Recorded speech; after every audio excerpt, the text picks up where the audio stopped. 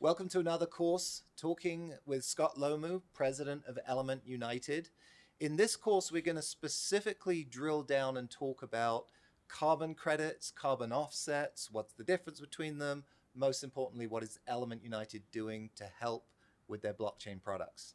Great. Scott, let's maybe start out by talking about how and why mining is one of the biggest culprits to pollution today. Mining is responsible for about half of all the carbon dioxide in the atmosphere today. Even more than driving our cars. Yeah. Mining it's incredible. Wow. How much how much mining contributes to the carbon that exists out there right now. Is that just because of the equipment that they're using, or the lack of trees that it's resulting in? It's both, actually. It's because of all the biggest, if you were to drive out to one of these big mines out here at Kennecott, the biggest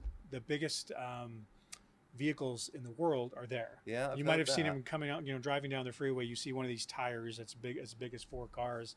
So it's not just because of the amount of pollution that the actual extraction costs, but a lot of it because of the type of mining has to do with the destruction of trees. And that was the type of mining that I did when I mined out in West Africa. I had to tear down a lot of trees, and it's done all over the Amazon. If you look at Google images of a gold mine in the Amazon, and it is thick forest, and it's just gutted. It's turned into what looks like the surface of the moon. So yeah, half of all the carbon pollution is from the mining industry, which is a really shocking statistic.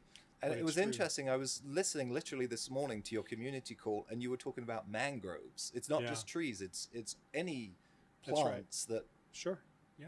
It's any plants that produce that offset the carbon dioxide, and if you destroy that, you're taking away a lot of the offset, a lot of what the oxygen that helps with the environment. And mining destroys the environment. It's true. Now there are ways to fix that, and not all miners are evil and are doing it with destruction of the environment in mind as their first goal. Right. but it's a byproduct of what happens in the mining world. Okay, so let's talk about what is a carbon credit. Okay, so carbon credits and carbon offsets are a way for governments and a way for companies to offset their carbon footprint. So if you look at an airline, or if you look at a mining company, there's a lot of environmental destruction. There's a lot of carbon that's produced from the activities of cars, airplanes, mining activities. And so an offset is a way to literally offset. So if they produce 1 ton, which it's measured in tons, 1 ton of carbon, an offset represents 1 ton of whatever the mechanism is, whether it's trees or forestry, nurseries, mangroves. This is things that they're doing to plant these trees? Yes, these are things that are offsetting the amount of pollution that a country or a company is creating through their means of production. So when a company has a goal to be net zero, they're basically saying, for all the bad that we're doing, we've got to do as much good to offset it to net zero. That's right, because planting trees will offset the carbon production of a business. And so if a company says we're going to be net zero, they'll do a detailed calculation on what their carbon footprint is annually, measured in tons. And so if they're 1 million tons of carbon, they have to invest in or create 1 million tons of offset. So there are companies out there that are creating these carbon credits, these carbon offsets, and these businesses are buying those credits. Okay. Or another way is, if a company says, okay, our goal is to be under 1 million metric tons of carbon, and they only do 800,000. Now they've got 200,000 offsets they can sell to another company. Okay. So that's one way, but really what we're focusing on is what can we do to create the offset to then sell to other companies and countries. And this is a massive market right now, because the every company in every country has a commitment to be carbon neutral. Now, is this a government mandated thing? Is It's this both. a consumer driven thing? There's what's called the mandatory market and the voluntary market. The mandatory market is if a government comes out and says all of this industry must be carbon neutral by, that's the mandatory market. Then they have to go out and buy on this, you know, mandatory market. The voluntary market is because there's a movement. People want to offset it, right? There's this awareness of what's actually happening with global warming and environmental destruction. And so that's the voluntary market.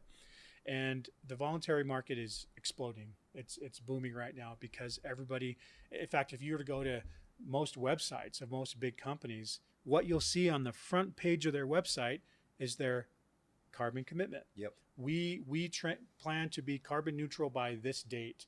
And they're doing that by buying carbon credits. So most businesses, tell me if I'm wrong, most businesses probably aren't creating their own good. They're only creating bad, so they go to other companies. That's correct. To buy the good. That's right. Yeah. It's so an they, oversimplification. Yeah, that's the perfect way to say it. They have to offset it by going into the voluntary market and buying these carbon credits that other companies are creating. Right. So they create it, they capture it, and then they buy it.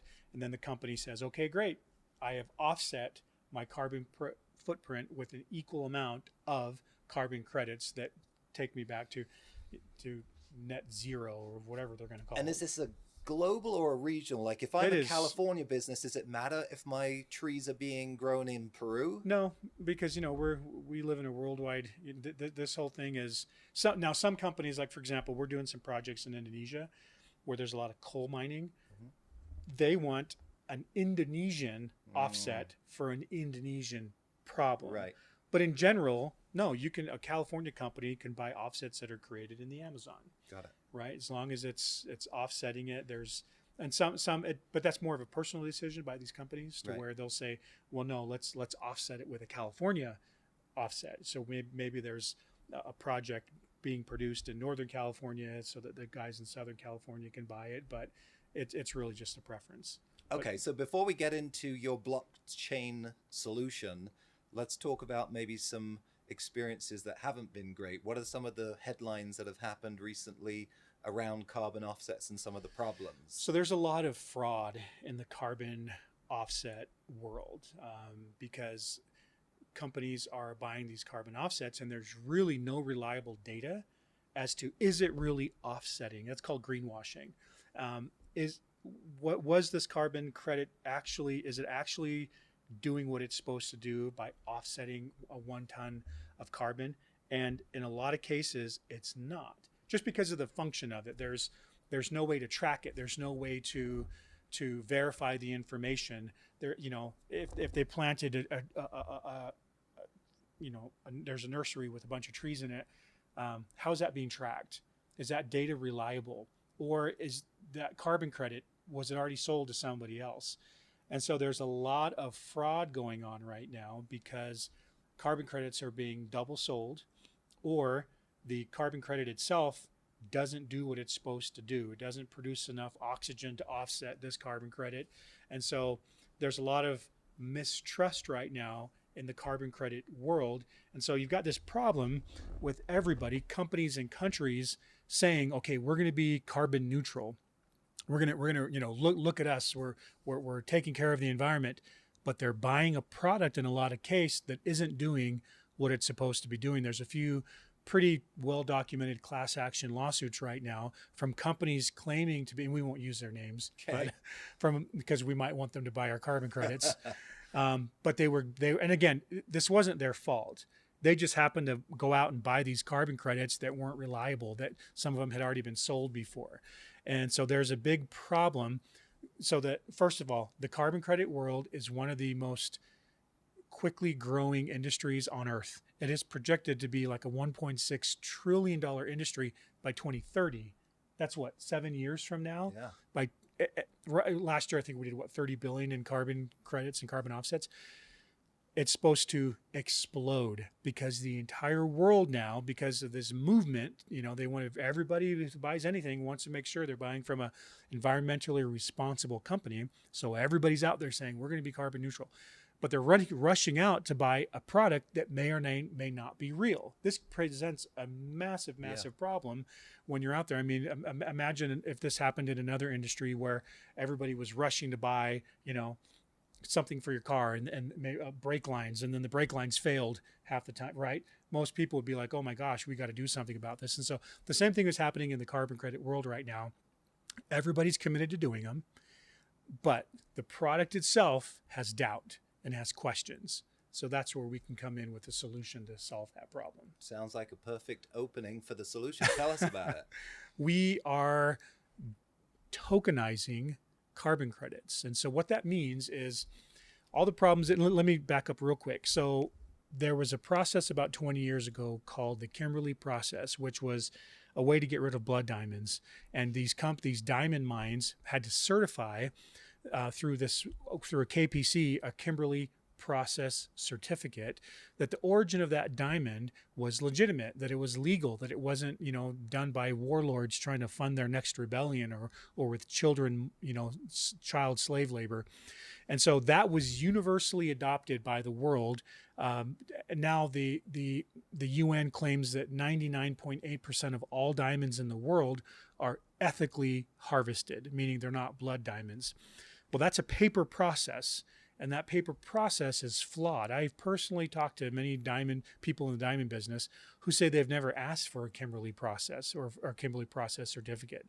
And so the blockchain is essentially what we are attempting to do is to take the Kimberley process, which was address two issues, conflicts and diamonds, and expand that into anything that's mined and include environmental issues, more humanitarian issues. But this time we're going to put it on the blockchain, which can't be faked, which gives more clarity, which tracks data, which can be easily verified. And so we are tokenizing carbon credits and putting them on the blockchain.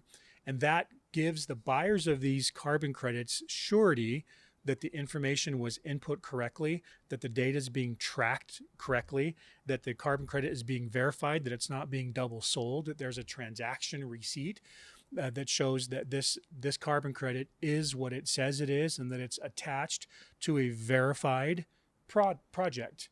And so the tokenization of carbon credits eliminates the problems that exist in the carbon credit world today. And not only does it eliminate these problems, but it allows you to sell your carbon credit for a little bit more money. One of the things we would like to do is to add something else to the carbon credit, because these carbon credits are story driven. So if I'm a company and I'm in the carbon credit market, I want to know, what is this carbon credit? What is it? Tell me about the project supporting this carbon offset. And these are story driven. And so we have a really good story. Our story is we are trying to stop harmful mining and replacing the mining with a project that creates carbon credits, like a tree farm or a nursery, something along those lines, or these mangroves. So if we can do that and replace one destructive behavior with something that's the exact opposite, that actually does some good and provides more sustainable economy, then great. And the information is reliable.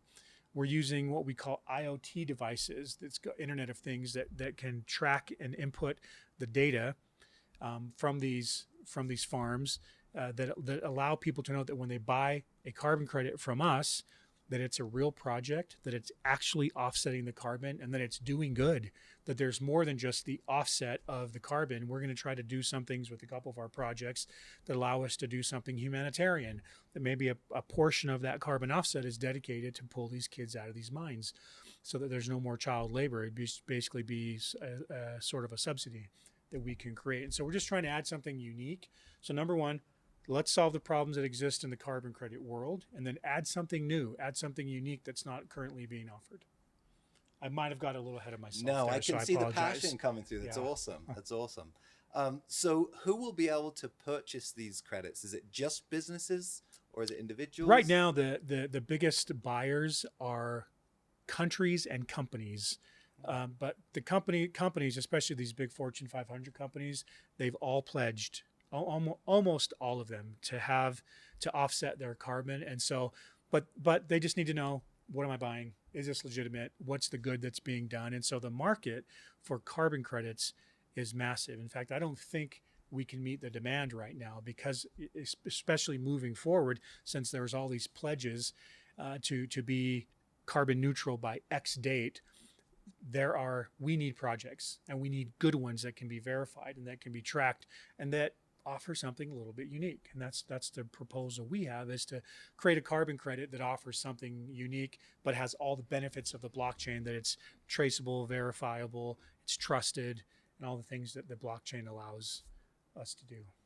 Using nodes. So let's talk Using about nodes. nodes. How are these node owners participating in this fantastic mission? This is all run through the blockchain that's powered by the nodes that you run.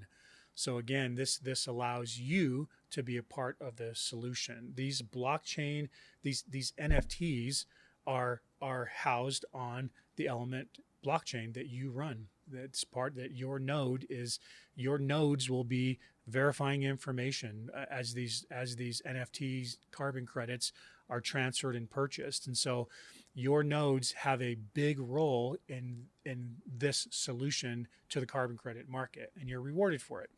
That's why running a node is great, because you receive your reward for being a part of this solution, and it cannot happen without these nodes running to support your Element blockchain. Now, you've had some meetings with some pretty influential people. Can you talk about it's who been great. or how this I is can being give received? general. So it's being received extremely well. We are dealing with high-level government officials in countries all over Southeast Asia and in Africa. Africa is a little tricky because the governments haven't really come to a consensus. They're starting to now on how much they want to charge a percentage of the government for these carbon credits. And in some of these countries, they've been up in the 60 to 70%. Oh, wow. That's how much they want for it. Okay. So it doesn't give us the ability to incentivize the actual farmer that's creating the carbon credit, or to us as a blockchain that wants to reward our people for participating. But they're coming around. A couple of big announcements were just announced last month, to where these countries in Central Africa are starting to now come into line with the rest of the world with how much they want to take off of these carbon credits. So we've met with government officials in Kenya and Tanzania and Indonesia. We've got appointments lined up with other East Asian countries and Africa, because it's a solution that they want. We're here to solve problems in their countries and to help them be a part of that solution. So, we gave a community update earlier, and Chris, who's out there running our Asia operations, what was his tagline? He said, "Everybody says yes." Yes, I heard that. He goes, yes after yes after yes, because we're not in there offering something that doesn't help them. We're in there creating a win-win for them. And that's the beauty of the blockchain, is that it creates incentive for our node owners, because they receive a reward, an incentive for these governments that now have a solution to these carbon credit projects that allows them and their countries to be a part of this big solution. I mentioned earlier, one of the projects that we're looking to do in East Asia, they have a lot of coal mines, and they want a local solution. They want carbon credits created in their own country to offset the problem that their country is creating. It's win-win. Yeah. And so it's great. We're making great progress with a lot of these countries, and we hope to be, the largest, if not one of the largest, tokenized carbon credit providers in the world. And we're even talking to companies that have already created their own carbon credits and their own offset, and then we just do the tokenization of it. We put it on, it'll go on the Element blockchain that you guys run, and it'll be great. Now we can offer a solution, not just creating offsets on our own, but working with others who are out there creating and want more visibility and reliability for the carbon credits that they're out there trying to sell. So, this is just a perfect example of what you can do with blockchain that you couldn't do I think any other way. It's one of the best uses of blockchain, because you look at the existing market and the problems in the market, and this is the perfect solution for these problems that exist out there. Yeah. Because it brings in more people, it brings trust into a business that's exploding. And there's people are hesitant. Now you've got these companies out there, because some of these lawsuits going, oh, I know I need to be carbon neutral, but am I buying something? Am I going to end up in a class action lawsuit like this guy and that guy? Mm-hmm. This solves the problem, Right. because it's trusted, verified, can't be faked. And the technology, everything's come together at this incredible time to where this technology exists for us to be able to provide a reliable solution. So we talked in another video about how you can share element by pulling up your phone and talking about the ingredients. Carbon offsets may be a little harder. What's an easy way to bring this conversation up as our Connect affiliates are sharing the story? The carbon offset world now, it's coming to the individual. It's coming to the individual. For example, if you were to fly on a plane going overseas, odds are you're gonna be asked if you want to offset the carbon that your flight is. I just saw that recently. And so now everybody's like, well, what is this? Right. Typically it was something between the carbon offset market and individual and big larger companies and countries, but now everybody's asking the question, well, what does this mean if I'm being asked personally to offset my trip to Holland? So the awareness of what a carbon offset is, and especially now that all these companies on their website talk about their climate pledge to be, carbon neutral by this date, more people are familiar with it, right? And so it allows us to be able to bring it up. And I always ask people the question, have you flown recently? Were you asked to offset? And sometimes people will say yes, but it allows me to talk about what that actually means. And then it's an easy segue into what the problem is and why blockchain solves that problem. And there'll be assets that you guys can send people to our website that talk a little bit about it. There's a lot of information on our website about what we're trying to do with the blockchain to help the carbon market. Super interesting. I hope you guys found that really useful. I know I did. And remember, it's not just sharing in person. I mean, sharing this stuff on social media. Yeah. That's, a huge catalyst to a lot of these movements. It is, because you can offer win-wins, right? The ability to do something good and to be rewarded for it, it exists here. And I know a lot of people claim that, right? Oh, hey, let's create a win-win. Study this. When you want to talk about a win-win, we call it a win-win-win because we think everybody wins in this one. It's true. You really are, if you're a node owner and the token was worthless forever, you still won. You still helped us do something good, right? And so that's how we look at it. We look at it from the perspective of, are we able to solve problems in this world? That's the win for everybody.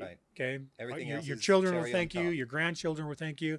Anything else that you guys can do with your Element blockchain and as a community to increase the value or whatever, that's on you. And if it works, fantastic. Win, win, win with exclamation points. But Scott, thanks for your time. Thanks, Joseph. We'll see you guys next time.